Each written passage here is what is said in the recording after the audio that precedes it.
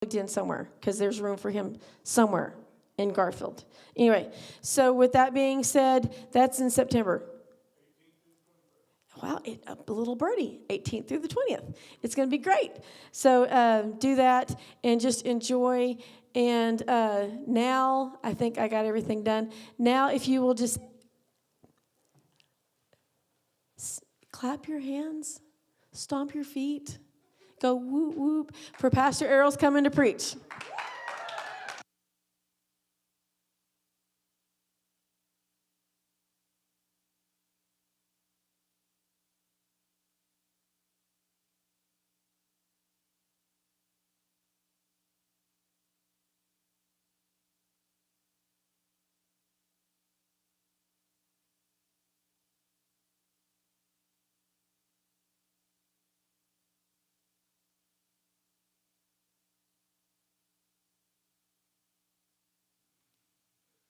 All right, since they don't have that figured out, are you there? We're coming up slowly, aren't we? Yeah, don't give me that then. Absolutely. Hey, good morning. Oh, I hope you've had a great July because it's gone. I'm just saying. Now, officially, we don't end summer here until the men's retreat's done. That's how we end men. So if you look around and you're like, wow, they're gone there. Everybody gets to go on vacation. I did. I spent about 3 weeks away from everybody in July, and it was good. Y'all can take that however you want. That's exactly right. And so with that, always people are coming and going. Things are always happening. We have several things going on. And as you heard her talk about Wednesday night, it's important to connect into groups for this fall. So don't miss out on that. Plus, that kind of ends our picnic dinners. We've had picnics all through the summer. And we'll have plenty of things going on, all right? For men, the Bible tells us in Titus 2, and this is powerful. This is actually how the church is supposed to be built. This is Paul talking to Titus. He said, men who are honorable should be teaching younger men the ways of God. Okay? That's why we do men's retreats. That's why we have men's groups. Women, and I'm not going to say what it says older, more mature, let me just say it that way. How about that? You know the mature women from, well, anyway. And so they teach the younger women. That's actually the model that Paul set up in the Bible for the purpose that everyone would be taught and trained and that we grow up. All right? That's what it was set for. Now, I'm going to be continuing on Moses because I'm not done. Moses is a big, big, big subject, is it not? I mean, when you talk about Israel, you have to talk about Moses. When we talk about where we came, now not you and I, we're Gentiles, but where we got the idea of the word comes from Moses. And Moses actually said something that was very powerful. He said the most humble man wrote the Pentateuch, which the Pentateuch, for you that didn't take Greek or Hebrew, it's the first 5 books of the Bible. First 5 books of the Bible. The most humble man wrote that. See, he's after my own heart, or I'm after his heart. He's the one who wrote it. Now let that sink in just for a second. The most humble man wrote the Pentateuch. You see what I'm saying? Exactly. So there's such a great amount. And I want to talk today particularly about him stepping in and becoming the priesthood. Because this affects, why does this affect me? Because every man is affected by this. Every single man. Every single man. So let me ask you a question. You guys are all in the workforce. You're all doing jobs and different things of this nature. There are 4 consistent styles of people who work. The children of Israel were workers, all right? There are 4 types of workers. The first one only fits 10% of people. They're the type of person who when you see something, they do it. Matter of fact, if you come into a job and you see a piece of paper on the ground, you pick it up, throw it in the trash. This is the kind of husband you want to create, all right? I'm just saying, y'all are awful quiet now. Come on. You women all have your little statements here. They walk into the kitchen, they see the trash is full, and they don't have to be told. They just go over and they undo it, take it out.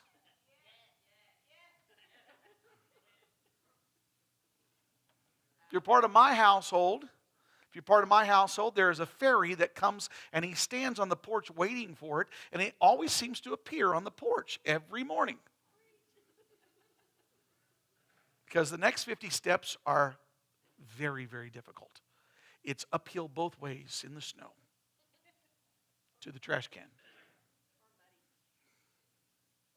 That first person, though, winds up being the people who wind up leading everything. They see it. They don't have to be told anything. They do it. Okay? These guys are the ones who really wind up becoming the leaders of any group. If they work for McDonald's, they walk in, they see a salt shaker's not there. They walk back, they get a salt shaker, they stick it there, and nobody even knows the difference. But people who know that somebody took care of it. And they go, who did that? And they go, oh, yeah. Frank, he took care of it. Or Joe, he took care of it. Because that's the way he thinks. You don't have to guess. 6 months, he winds up being the assistant manager. In a year, he runs the place. Just the way it is. There are people like that. That's 10% of society. That's it. 10%. Smallest group of the whole thing. Then there's the 15%.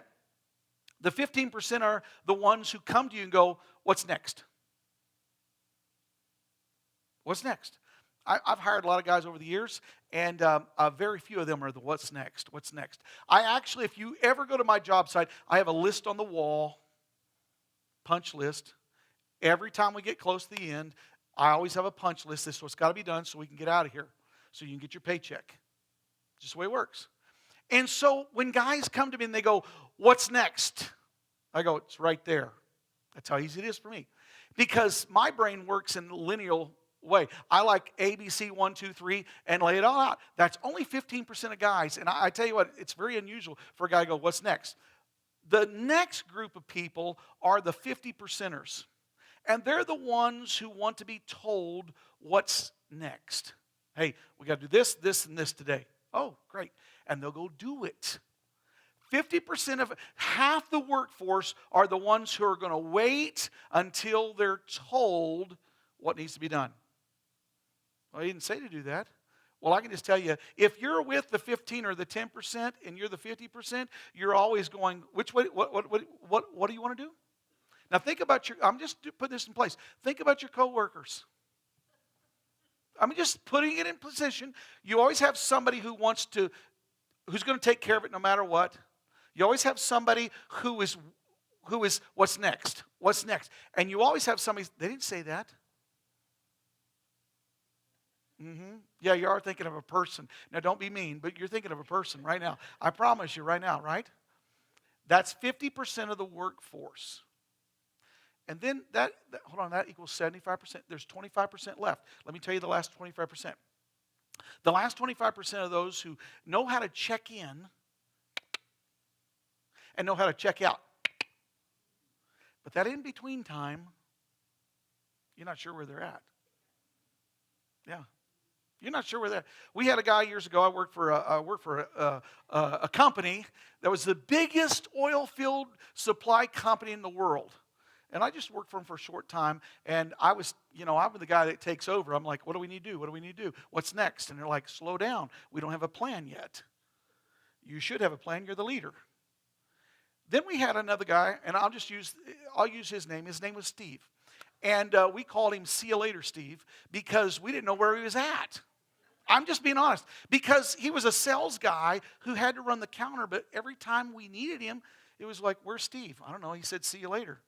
So we started calling him See You Later, Steve. He never caught on that we called him that. But that's what we called him. It's like, hey, where's See You Later? He goes, oh, he's gone. It's like, man, but he'll be back by 5 o'clock to check out. Where's he at? He's running the forklift. Had he been doing that all morning? Yes, he's not at the front doing his job, but that's 25% of the workforce. They show up, they get a paycheck, and they have no clue what's going really on, but they know how to work their way. If there's a place in the very top in the back you can be hid, they're back there sleeping. And they're still getting a paycheck, and they're making the same amount of money as you are. Now, let me just share with you something for you to get. 75% of the people who are hired are in the, they didn't tell me, or is it lunchtime yet? 75% are in that group. And those are the ones usually promoted. I'm just telling you. Now, why would you even tell that story? Because Israel starts off a conversation here in chapter 6, in Exodus chapter 6, and it starts naming names. See, when I said they're the ones who take the breaks, they're the ones who know it, Dina's immediately reminding me of people. She's saying it right here on the front row, reminding people she used to work with. She wouldn't call them Celia or Steve, but she had, they take an extra break. And it's 2 hours later that they come back. Or they take the greatest lunch. She never hardly ever got lunch. They had a 30-minute lunch at school. And this person particularly would take an hour and a half every single time. I'm like, wow, why don't you get her job? She goes, well, she makes less than I do. She has less responsibilities. I wonder why.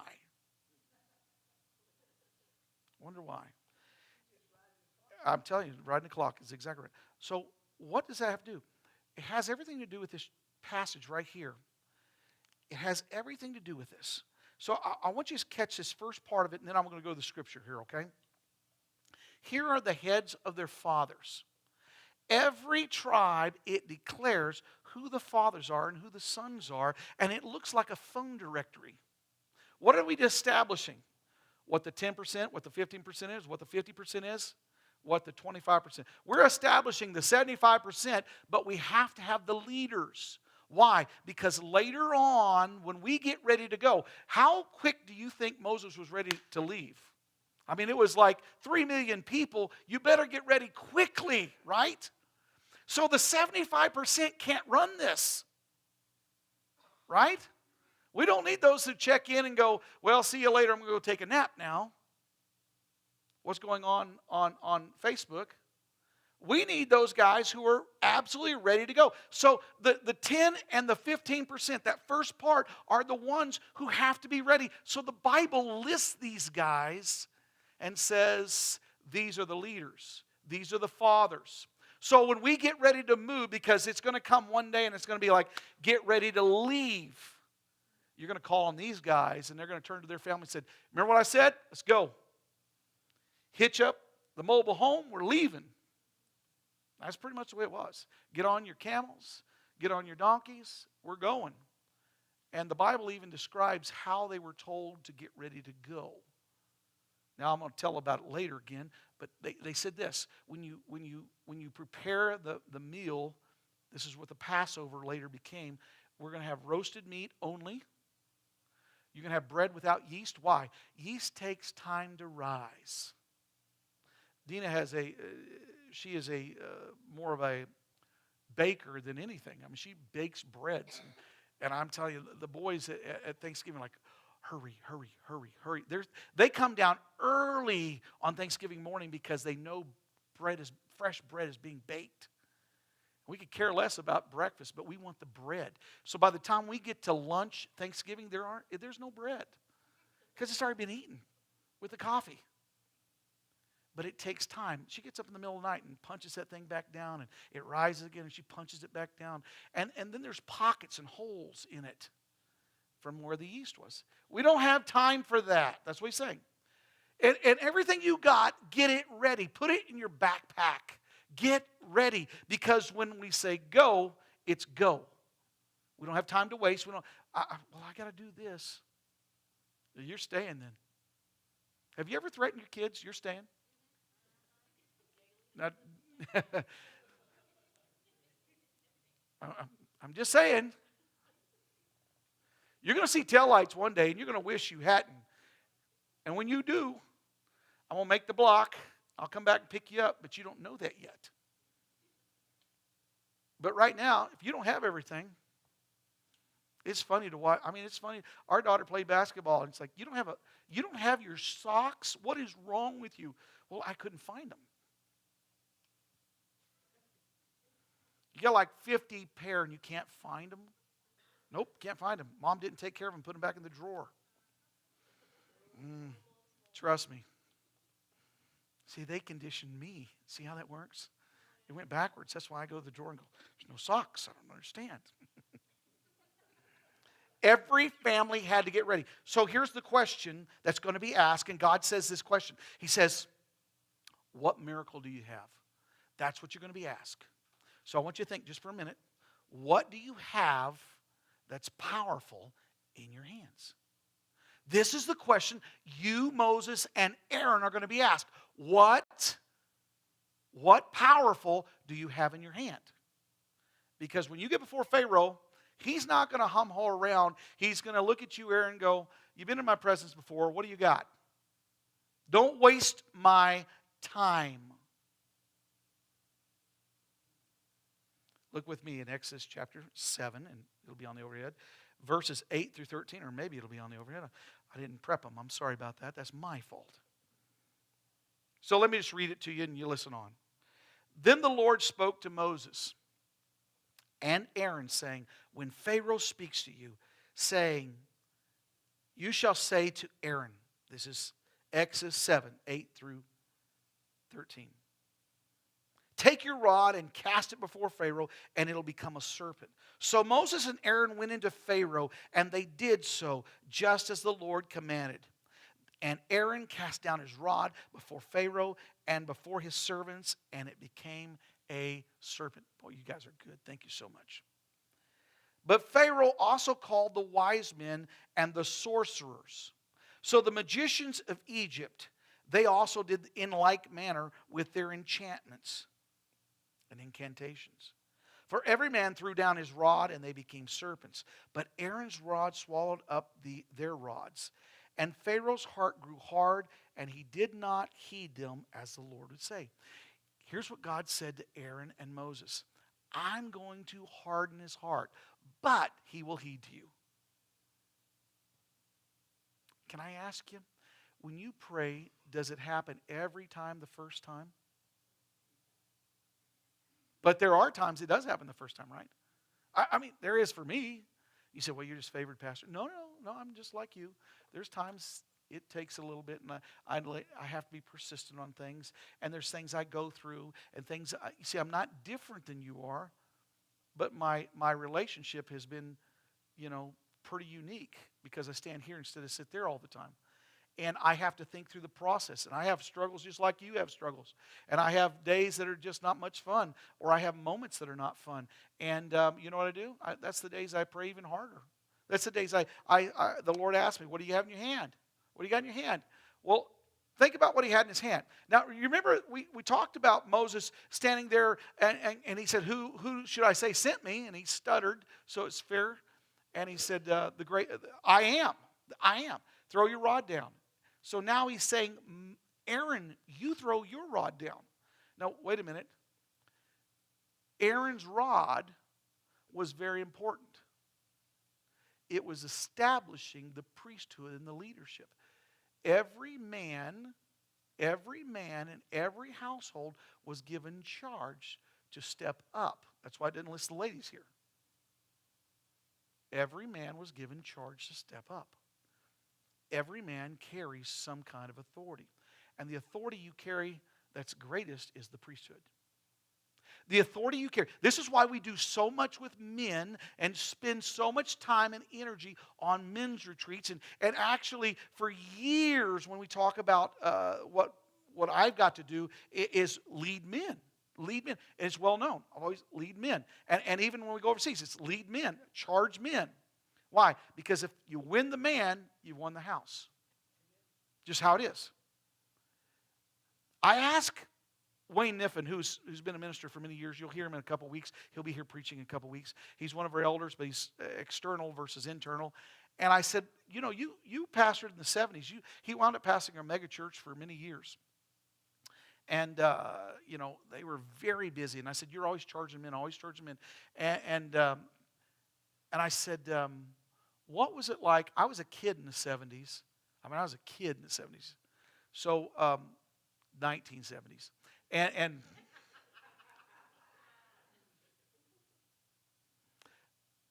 what was it like pastoring during that time? Because I look back at it and think that was a pretty good timing. He said there were lots of women in church. Not just a few. The women were leading the households. And I said, can you tell me why? He said, men went off to Vietnam just like I did. He went off to Vietnam. And he said, when we got back, we were spit on. We were mocked. We were put down. And he said, it didn't just happen in the streets. Sorry. It didn't just happen in the streets. It happened in the churches sometimes.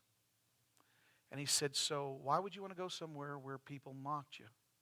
Or it was never from the pulpit. It was side conversations. And he said, so we found that a lot of men wouldn't come to church because they had been in war. They'd gone through great trauma. And it was a different life than it is now. Wow, okay. That makes sense. What's in your hand? Character is always defined under pressure. Let me say it again. Character is always defined under pressure. This is why I always put on guys. Come on, step up. Let's move. Let's move. Let's move. Let's move. Everybody has the ability to make a decision. So what miracle do you have? So I don't have a miracle. Yes, you do. You have life in the power of your words. You have authority, just like that, in the power of your hands all the time. This is why they would take and they would anoint your head, because what comes out your head is your words. They would anoint their hand, and particularly the first finger, because you're pointing. And they would anoint the right foot toe, the big toe, where you're walking. The priest would later do the exact same thing with blood. They'd put it on their fingertip, and they'd put it on their toe, and they'd anoint their head with oil. They were establishing the leadership of men stepping up. Why? Because Adam missed it and let it go. He had everything and he let it go. You say, well, there's good reason to be mad at Adam. No.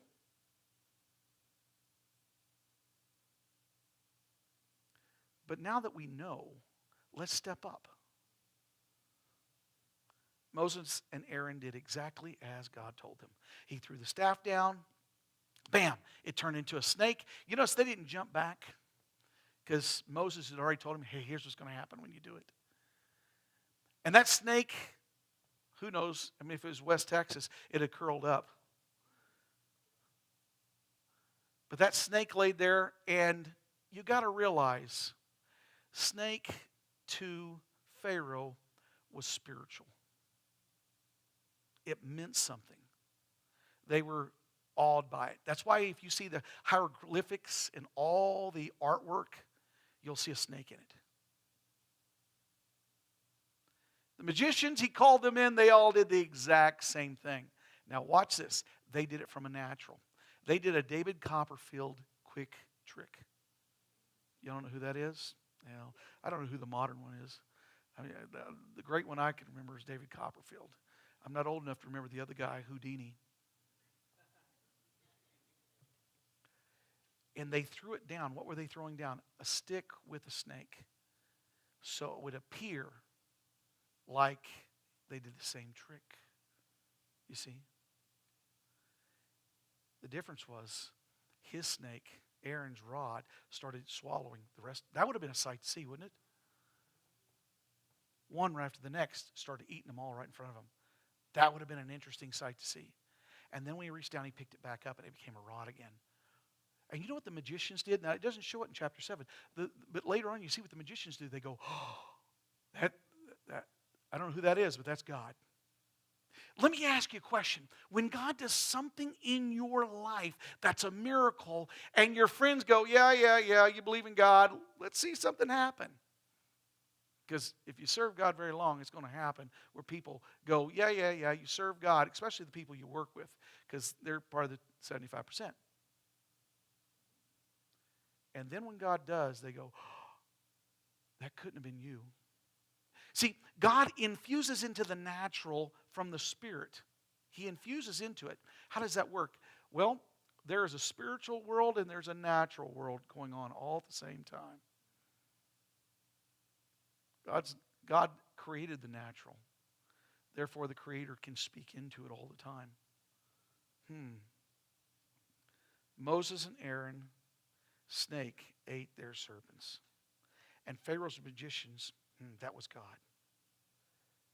That symbolized the greater power of spiritual wisdom and understanding and overcoming. But Pharaoh becomes resistant. Pharaoh doesn't go, good enough, everything's good. Have you ever prayed for a coworker or helped them, and then later on it's like nothing ever happened? I have. I've prayed for coworkers and said, God, heal their bodies. And I've actually had them different times say, if God does this miracle, I'm going to serve him. Subjects yet to be decided here yet, right? You pray for them, God does do a miracle. Not because of you, but because you agreed together and God did this. Then 3 or 4 weeks later, a month later, and it's like they didn't even know. You might even get them to come to church. And let's be honest, it's just the culture we live in is very difficult. There's more pulling against than pulling towards.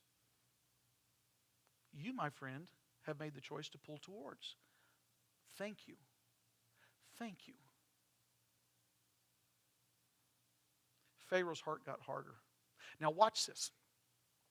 Why would God allow Pharaoh's heart? Why wouldn't God say, let's get Pharaoh involved in it too?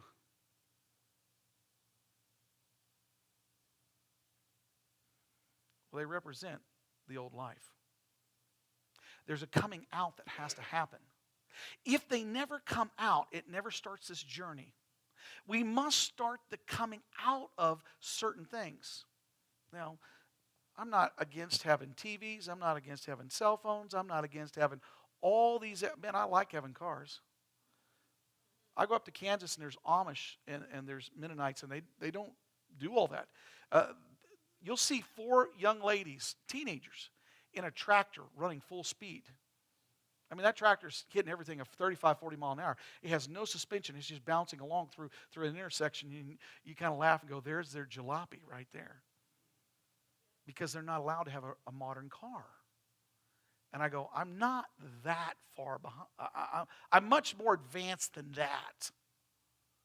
But I know the draw of these things pull us away from what's most important. Every single morning, do you turn on the news and Facebook to find out what's going on? Thank you. But most people do. Most people do. And so they do this, and they hit one reel after the next, after the next, after the next. And before you know it, they've wasted an hour and a half, and they look up and they go, oh, it's time to go to work. And they haven't interacted with their children. They haven't interacted with their spouse. It's not unusual. That's my point. Okay? Make sure you make priorities priorities. And for Moses, he was establishing the priesthood. And the priesthood being established here was for you and I. Why is it important to establish the priesthood? Because we're stepping up of who we are. Is there something greater expected this now that we're in August than what we were in July? Yes, school's fixing to start, right? You're going to go to another grade, right? That's how it works. And you as a mom or dad are going to finally get a break from all the normal daytime. You go to a different mode. That's why we have 3 seasons in the church. We have winter, spring, summer, fall, winter again. Right? 4 months, 5 months, 3 months, basically. October, November, December. And what my point of this is, everything goes in cyclical change. And you have to be ahead of it just a little bit. And with the establishment of the priesthood, Moses and Aaron are getting things prepped. Did they have a clue that God was fixing to kill off all the firstborn of Egypt? No. They probably would have gone to God and said, don't do it. Did they have a clue that God was going to start with making the river, the Nile, turn to blood? No. Did they have a clue that they were going to that Moses was going to hit the ground and lice was going to come out and affect everybody? No. Did they have the idea that frogs were going to overtake them so much that they're like, man, we can't even fry an egg without a frog jumping in it? I'm serious. That was what's going on.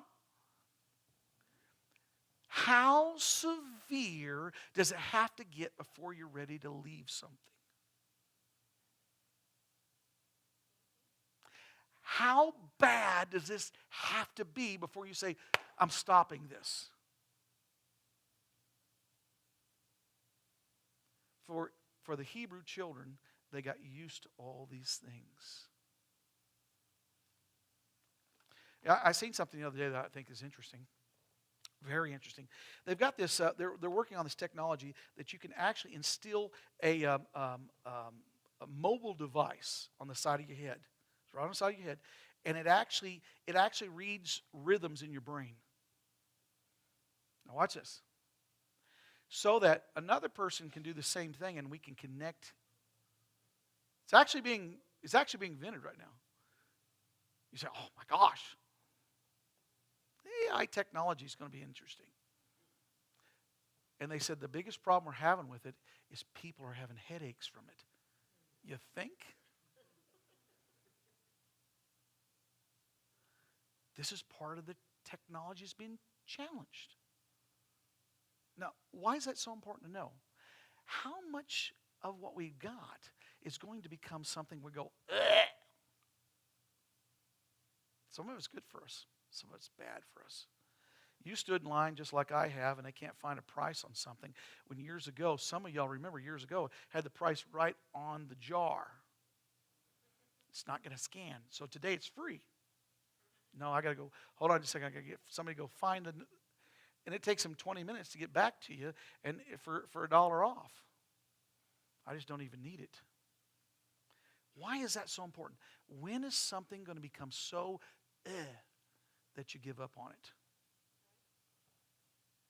Moses becoming the priest here, he had to learn what he doesn't want and what he does want. Listen to this. This is out of Hebrews, chapter 12, verse 1. It says, therefore, since we are surrounded by so great a cloud of witnesses, let us lay aside every weight and everything sin that easily ensnares us, and let us run with endurance the race that is set before us, looking unto Jesus, the author and finisher of our faith, who was for the joy set before him, endured the cross, despising the shame, and sat down at the right hand of God, the throne of God.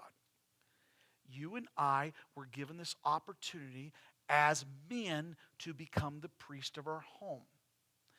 When I talk about leaders to guys, particular, they forget there's people around us doing the same thing. There's people around us who have difficult decisions to make. There's people around us who are having to say, I got to quit this and do this. There's people around us who don't know how to promote their own family. So I talk about these 4 things for every man. The first thing you are is a provider.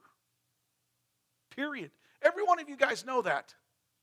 Usually you don't even have to ask a guy. He knows he's here to help be a provider. God gave you a structure. He gave you an ability to be a provider. The second one is a protector. After we were done with last night's service, we have some friends that are ranchers, and they said, "Hey, come to the ball game. We've got a suite set up, and we want you to join in with us." So we went up and went to the ball game downtown at about 8:30, and sat in a suite, and we just sit and visit, and it was great. We had a good time. After we were done, we had little Levi, our grandson, with us. And after we were done, we actually got parking right across the street from the ballpark, which is fantastic. I was like, Lord, give us a close spot. Give us a close spot. And by the time I passed the first one was open, I'm like, oh, I missed it. I'll make the block. Then there was another one right across. Fantastic. So as we're leaving at 10:30, whatever time it was, we're getting there, and some lady's walking down the street, and she is cussing and screaming into her headset on her phone. And I mean, not a little bit, really loud. And I'm thinking, is she arguing with somebody right here? And instantly, I opened both doors to put them in, and I'm watching her and doing this all the time. She is passing us. She's on the phone, and she's just giving somebody the works, the business. And after that, I shut the door behind Dina and said, go get in. No cars are coming, go get in. And I got in, I said, you do know that while you were doing that, I was protecting you. She goes, oh yeah, I know exactly what you was doing. The second thing we are is a protector. We're a protector. We're a provider, we're a protector. Third thing we are is a promoter. If you don't know this, we're promoters. What are you promoting? We're standing in the gap, promoting and saying, you can do this. Come on, let's go. And we're also, a promoter also does this. Don't do that again. Thomas, don't do that again, okay? Period. I love you. Don't do that again. You know, we're a promoter. I got to pick on Thomas. We're a promoter. We're the ones saying, you can do this.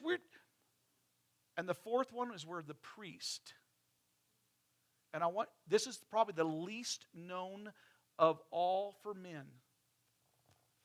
We're the priest. This is what Moses and Aaron were establishing. We're the priest. So what do priests do?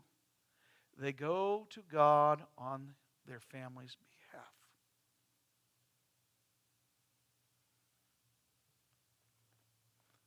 You provide, you protect, you promote, and you go to God on their behalf. Father, I need your help today for my son or for my daughter or for my wife. I need you to show me which way to move. I need you to help me with these decisions because I can't do it on my own. And it starts off as a man. It doesn't start off with some big, long, thou shalt. It doesn't start with that. It starts with, Lord, I need your help. I can't do this by myself. I don't know if any of you guys have ever been in the place where you literally shook because of fear. I've only done it about 3 or 4 times in my whole life. One, I was having to deal with somebody face to face who was cussing me. They couldn't see I was shaking, but I was shaking because I was commanding this to change. Second time that I remember really shaking, we were headed to Iowa in the middle of a snowstorm.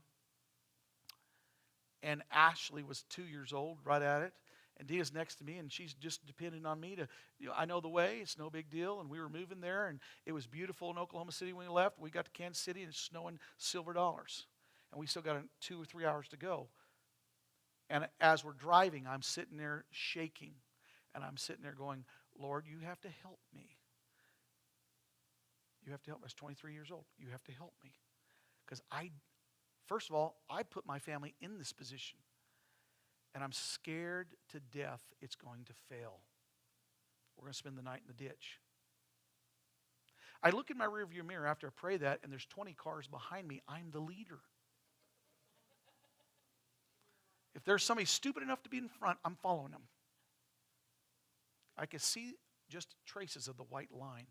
And I remember hearing the Lord say, just follow me, I'll take you there. 6 hours later, we made it.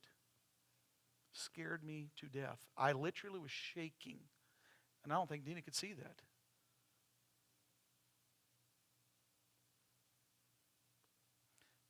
And now, every once in a while, the enemy will say something. I'm a grown man. I've been around the world many times. And he'll say something, and I'll get up in the middle of the night, and I'll start praying for my grandkids. I'll say, Lord, you're the one who protects them. You promised you'll protect them. You promised you'd provide for them. You promised you would be there when they go through things that they don't know which way to move at, that I've already learned and I can't tell them because they won't hear it from me. Not because I'm not a good father, but because they don't have ears to hear this yet.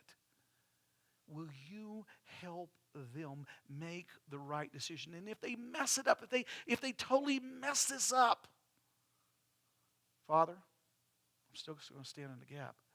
Because one day they'll change. That's being the priest for your home. You don't have to offer sacrifice. You don't have to go into the holies of holies. It's already done for you. That's Jesus. all you have to do is say, Lord, I need your help. Moses and Aaron were establishing the priesthood. So you men today could enter right into God and say, I need your help. I need your help. Let's pray. Father, thank you. It is a privilege always to get to stand before you and before your congregation and just speak on what you're talking about. So for Moses, Father, it's so easy to tell about the big things. He had to learn to pray. He had to learn to stand. When you told him to do something, he had to learn to do that. Father, for our men, whatever you spoke to us, we have to learn to do it. And then, not just times that we fear things, but times when we don't fear things, we need to be the priest. We need to stand in the gap and say simply, you're in charge. Show me which way to move. Show me which way to move. Direct my heart.